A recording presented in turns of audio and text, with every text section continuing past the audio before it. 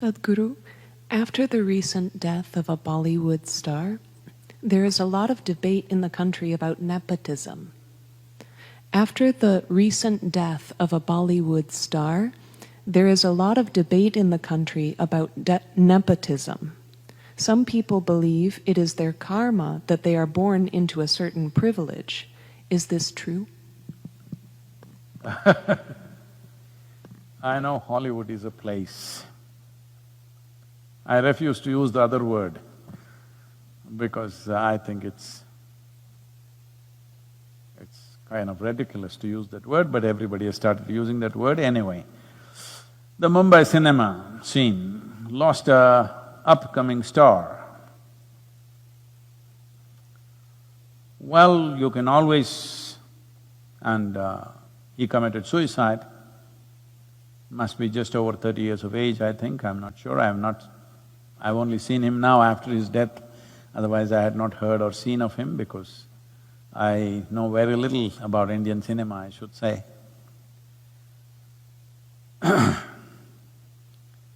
So this young man who had a one, I think, very successful movie, who is an upcoming star, people were looking at him as a promising talent. Suddenly, one morning he commits suicide, hangs himself. So kind of people are shocked. While you're particularly aiming at nepotism, well, that could also have added to things. But you must understand, every year, 800,000 people take their own life. Between 15 to 29 years of age, suicide is one of the biggest causes of death in the world. 800,000 people per year means every 40 seconds somebody is taking their own life.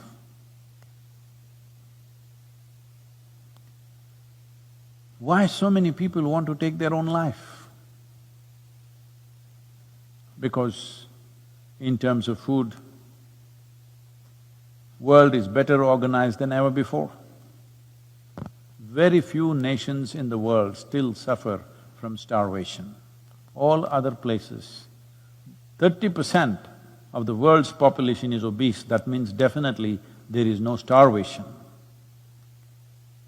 But certain part of the world, another 30% maybe, or another 20% in the world, unfortunately, are malnourished, a small number is towards starvation. In many ways, compared to any time in the history of humanity, our food is better organized.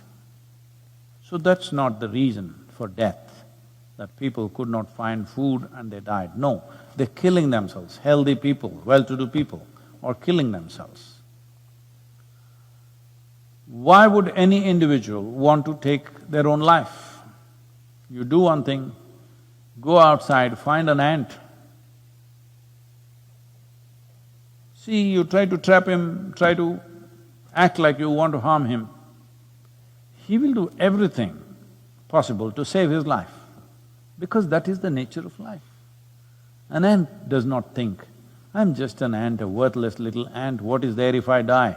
That thought never occurs to him, because he is programmed by nature that life is the most significant dimension that's happening to him. Other aspects of his life, whether they're happening or not, we do not know. But he clearly knows the most fundamental and significant element of his life is life itself. Every creature in this world understands that. Only a human being somehow can defeat this. When your survival is in question, you also understand that. But when survival is not in question, then your psychological realities become bigger than your existential reality. Because of this, if it's wrong kind of thought process and emotions start happening, you will start moving in this direction. Well, there's a whole lot of people who constantly hitting me because I said, whether you are well or ill, physically and mentally is your choice. Well, sometimes you may get infected with something. Infections and things that come from outside are different. But things that you generate from within is entirely your choice.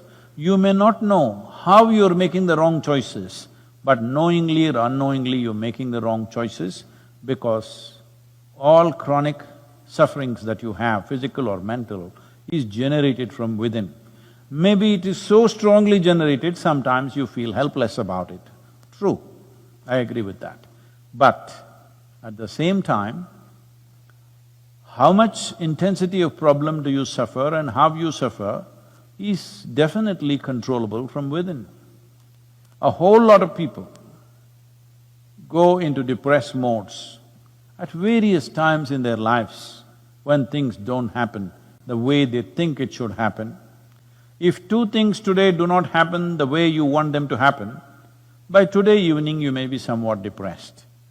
In the evening, you may sit there and talk yourself out of it, or maybe you sit with your friend and they talk you out of it, sit with a loved one and they talk you out of it, or you slept over it and tomorrow morning you are out of it. This is happening to a whole lot of people. But some people go into that and they are not able to come out. The slope was too steep, they could not climb up that evening or next day.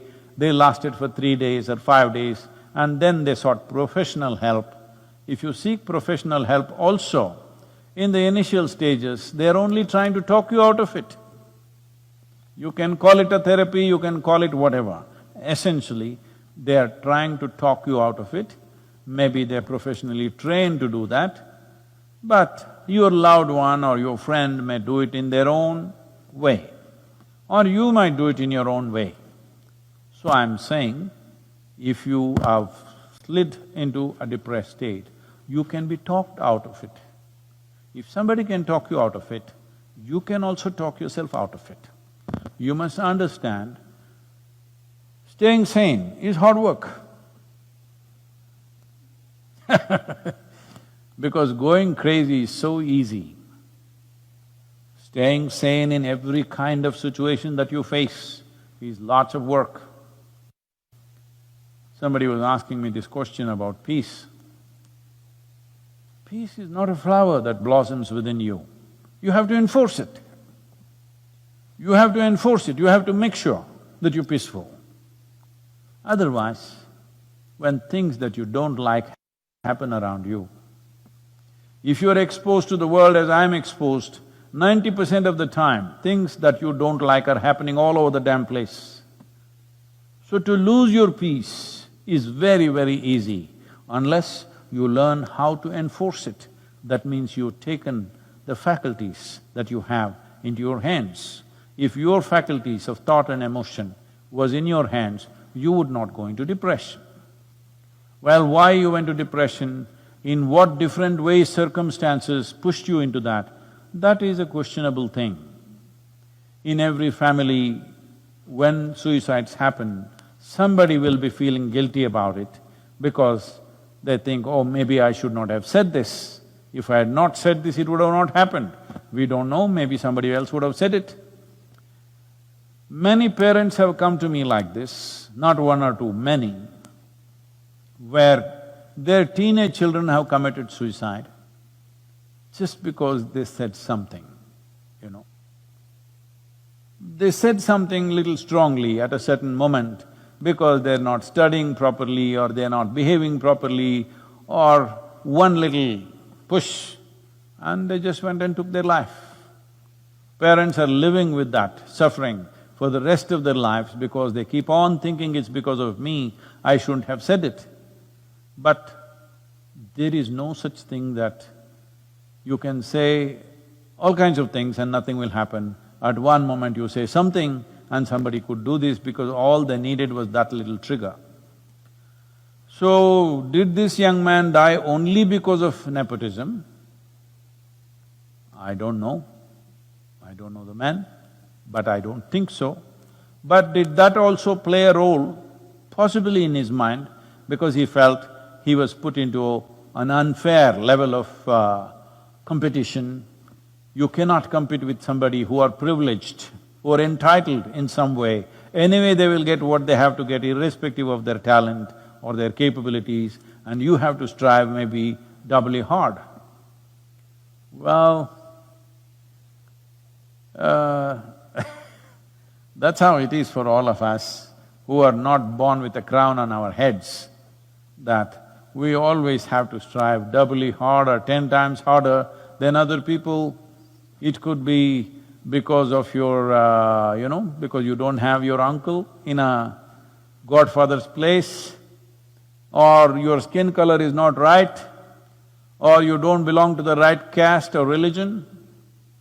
Everywhere we are facing this all the time, and every human being faces this at various levels, in different ways. Some will overcome it, some will strive and fly beyond that, some will suffer that, some unfortunately take their life, which should not happen.